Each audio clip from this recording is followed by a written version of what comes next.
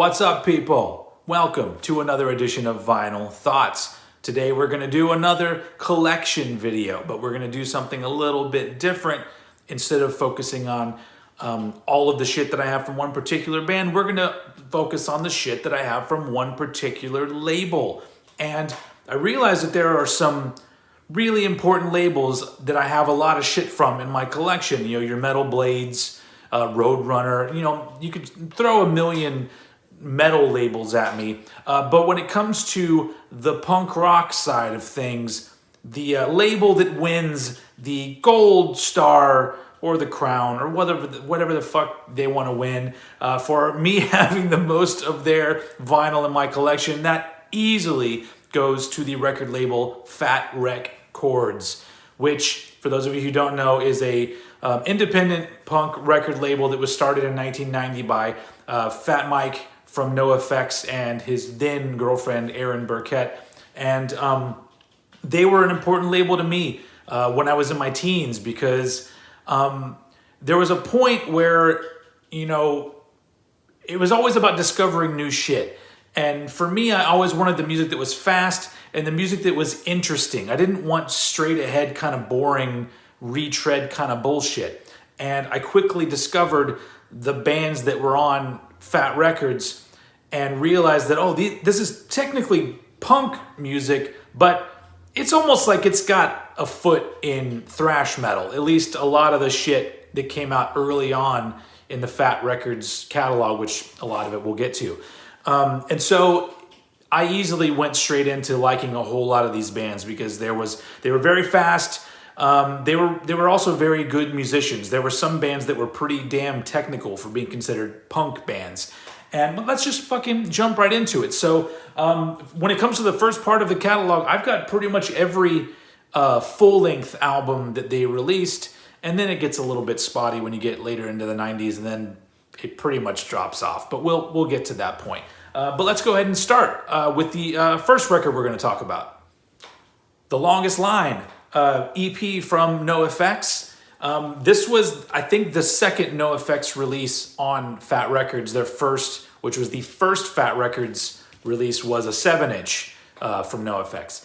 But I talked about this EP when I did a Vinyl Thoughts on my favorite EPs that I own. And this is great because this is right when El Jefe joins on guitar, and it's just it's right smack in the middle of when they were pretty technical in what they were doing. They were becoming way better musicians, and the addition of El Jefe really helped with a lot of that, with everybody's performances. And there's a lot of good shit on this one. So that one was 1992. So that's when my collection kind of starts. And these are all OG versions of these albums, because that's how I roll. Up next, we have the debut album from Lagwagon, duh. And once again, this is a very good example of what I'm talking about, where you can hear a metal influence in a lot of the songs, but some of it is also kind of poppy, and you can hear also the punk influence. And it was the combination of all those things that made me really enjoy a lot of these bands. And this isn't my favorite Lagwagon album, but this is definitely a fucking good one.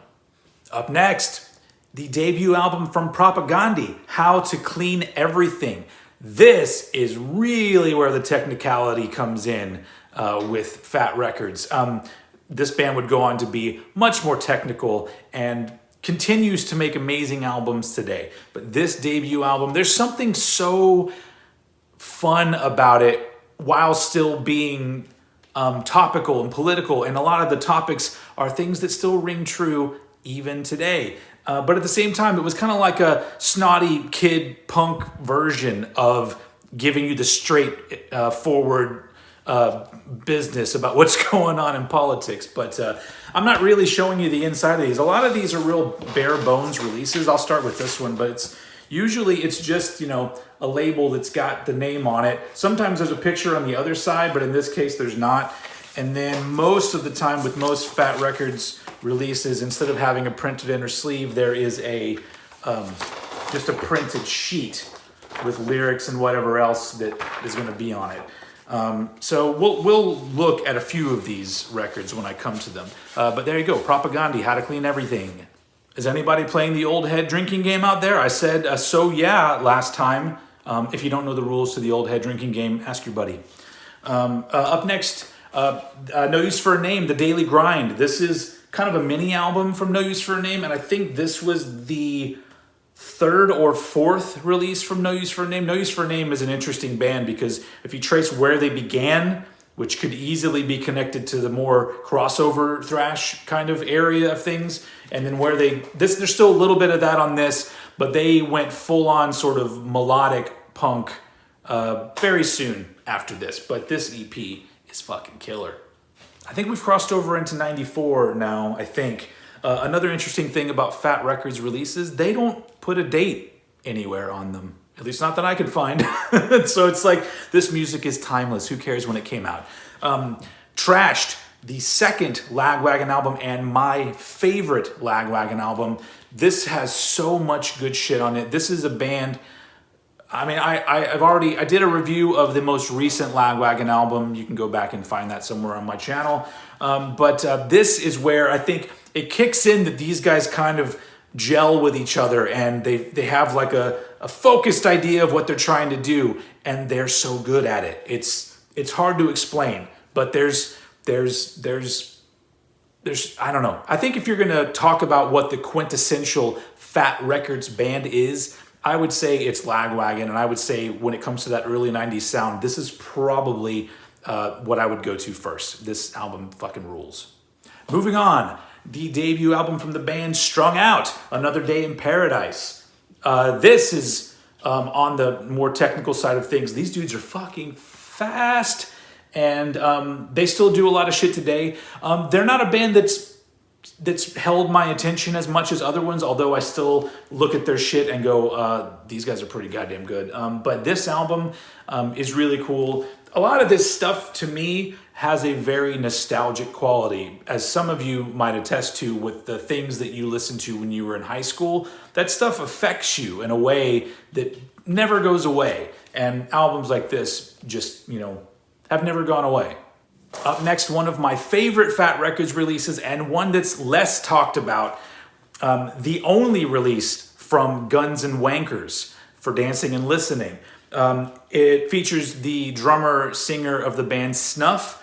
And I'm not sure if any other Snuff members are in this band, but it seems like it was almost like a side project that originally was released, I think, on 4 different 7 inches. And then on Fat Records, they put it together in this nice little mini album. And this is so great just because it's got an aggression to it, but it's also very, very melodic with a lot of pop hooks. Like, you could take some of these songs and strip them down to 1950s style songs where the melodies are they get so stuck in your head. And I fucking love this one. Up next, the debut album from the band Face to Face. This one was originally released, I think, on Dr. Strange Records, and then Fat Records re-released it in 94, I think. I don't really remember.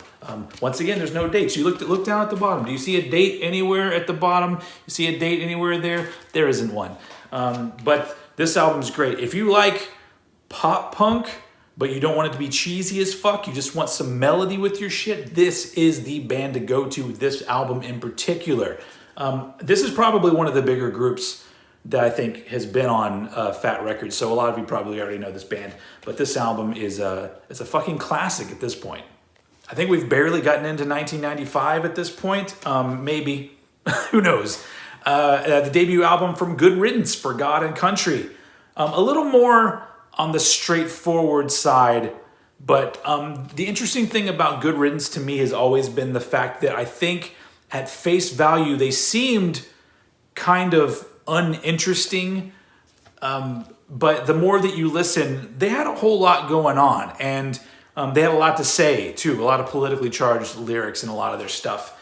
But this album is another one of those ones that just takes me back as soon as I fucking put the needle down on the goddamn groove and shit.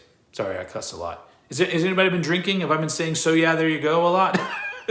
Moving on. All right.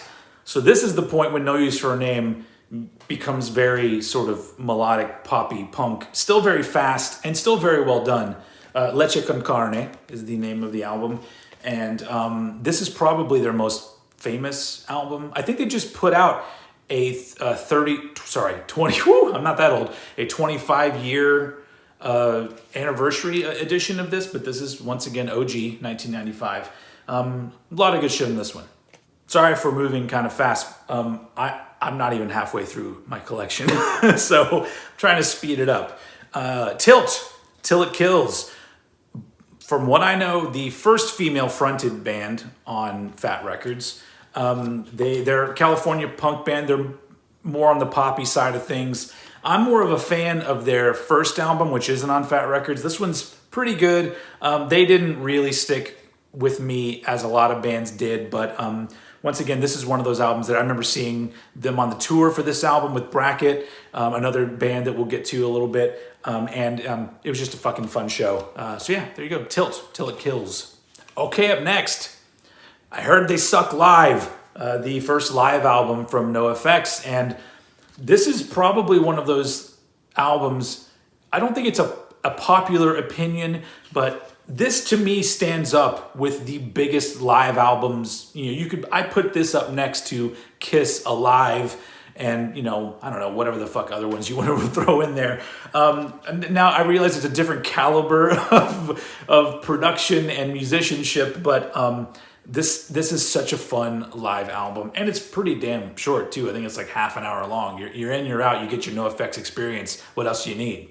Okay, let's keep things going with the Lagwagon. Haas, the third album from Lagwagon. From what I hear and from what I remember in the past, this is a lot of people's favorite Lagwagon album.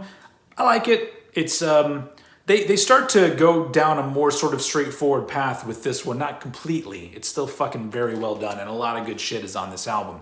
But for some reason, there's something about Trashed that I like so much that kind of gets abandoned. A lot of these bands, I'm not going to take this time to talk shit, but a lot of these bands started to shed those things that you could attach to metal pretty quickly. I guess at that point metal wasn't cool, but you know what? I was still into these bands anyway, so whatever.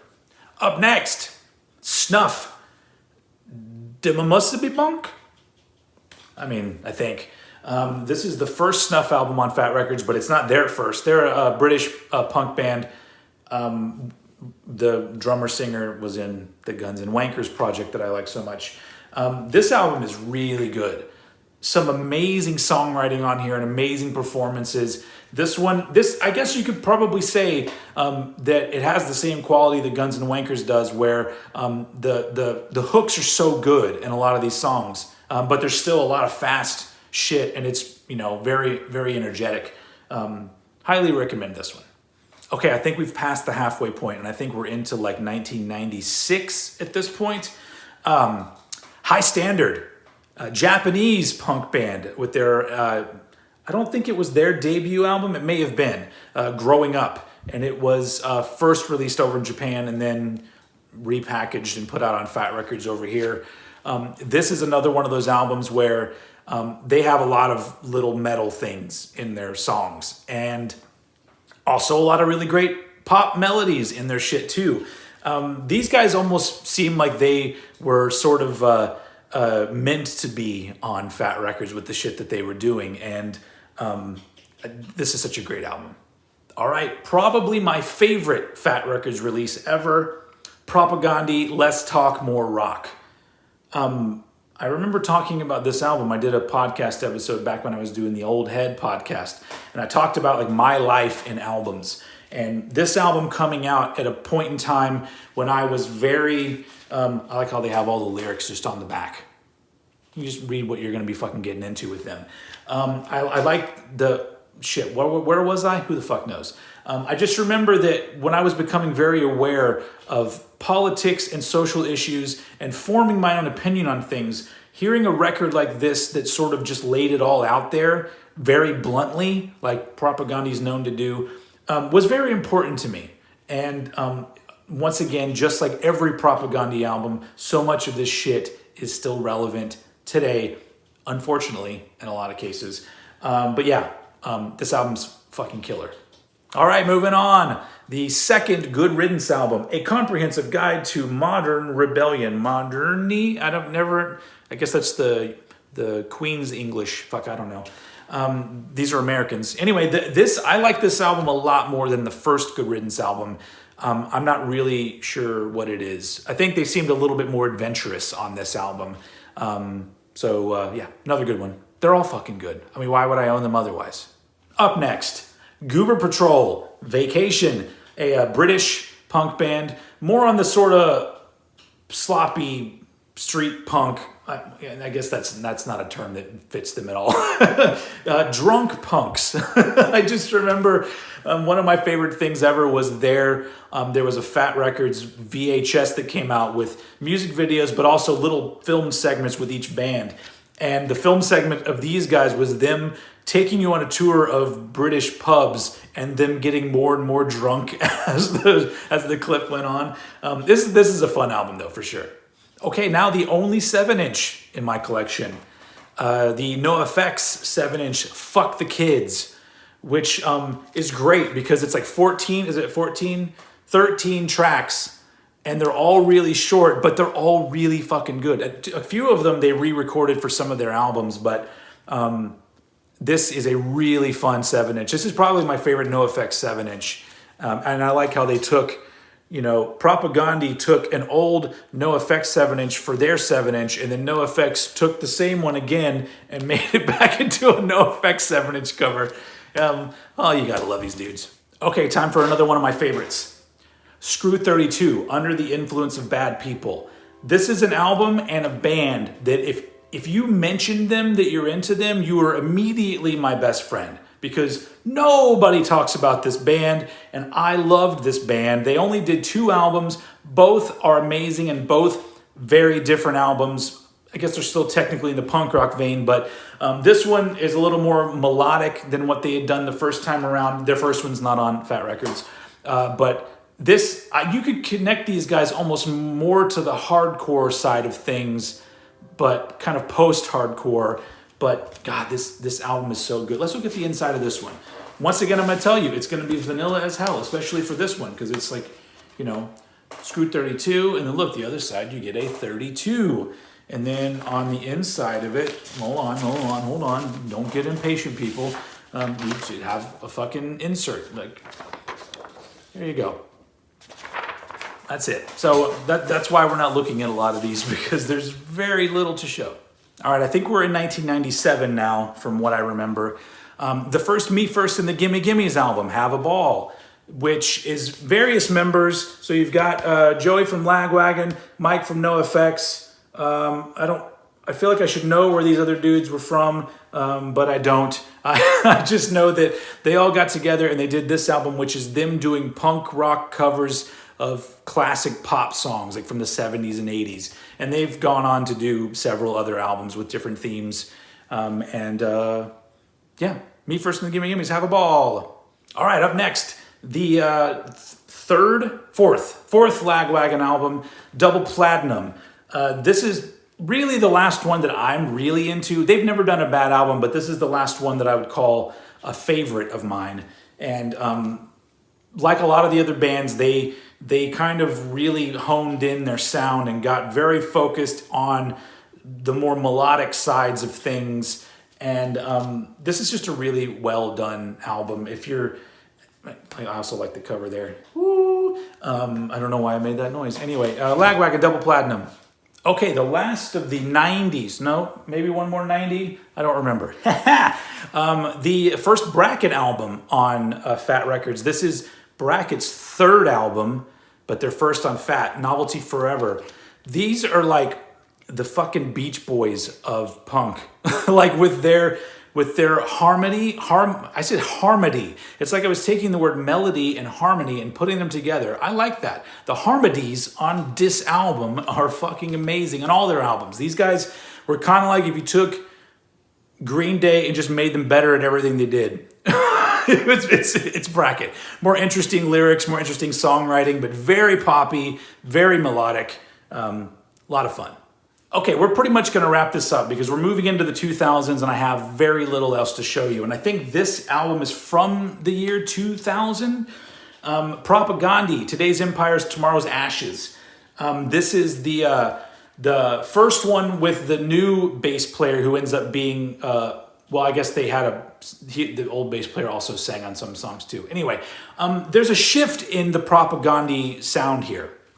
Not completely, but it's almost like while other bands were trying to get away from being heavy and technical, these guys were doing everything they could to not follow that trend, but retain the political, forward-thinking kind of lyrics that they had. This one is cool because it's got this huge-ass booklet inside of it. Look at that.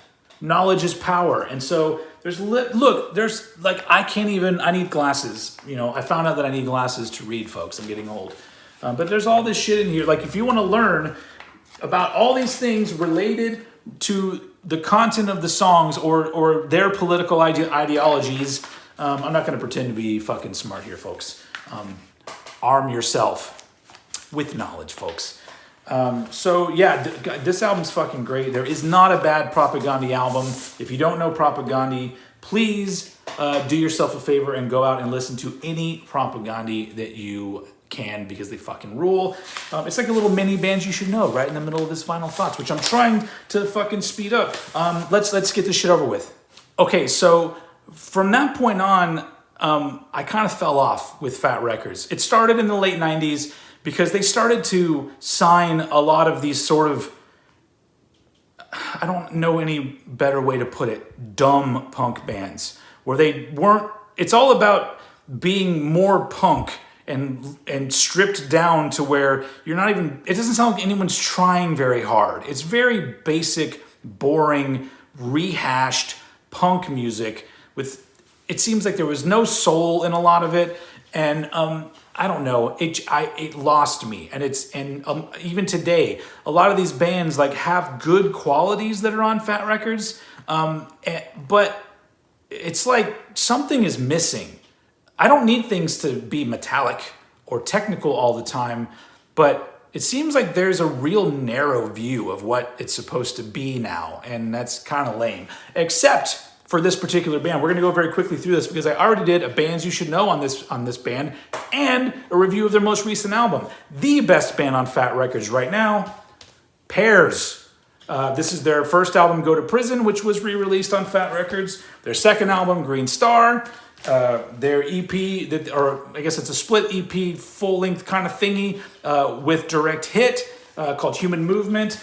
And their most recent album, which is easily in my top 10 for 2020. It's just called Pears. I did a review on it. These are all fucking great albums. I'll put a link down below to the bands you should know on Pears and the album review, because if you're interested in Fat Records and you're interested in where they are now, there is no better example of what could be with Fat Records. I guess when it comes to me, I'm an old school dude and I like that sound. I love the Fat Records sound from the early to mid 90s, and the only band coming anywhere fucking close to that is Pears. Okay, so I know this was a long one, and I tried to go fast, and I'm sorry if I bored some of you because it's not metal. But you know what? You can't be metal all the time because that's fucking boring. So I hope you all liked this. For those of you who are into Fat Records, put some fucking comments down below. What were your favorite Fat Records releases? Are there more recent ones that I've missed that I should be listening to since I'm a fan of the old sound? Yeah, hopefully if you didn't know, you go out and listen to some of these bands and you find some shit that you dig. Thank you very much for watching this episode of Vinyl Thoughts. I will see you all again very soon.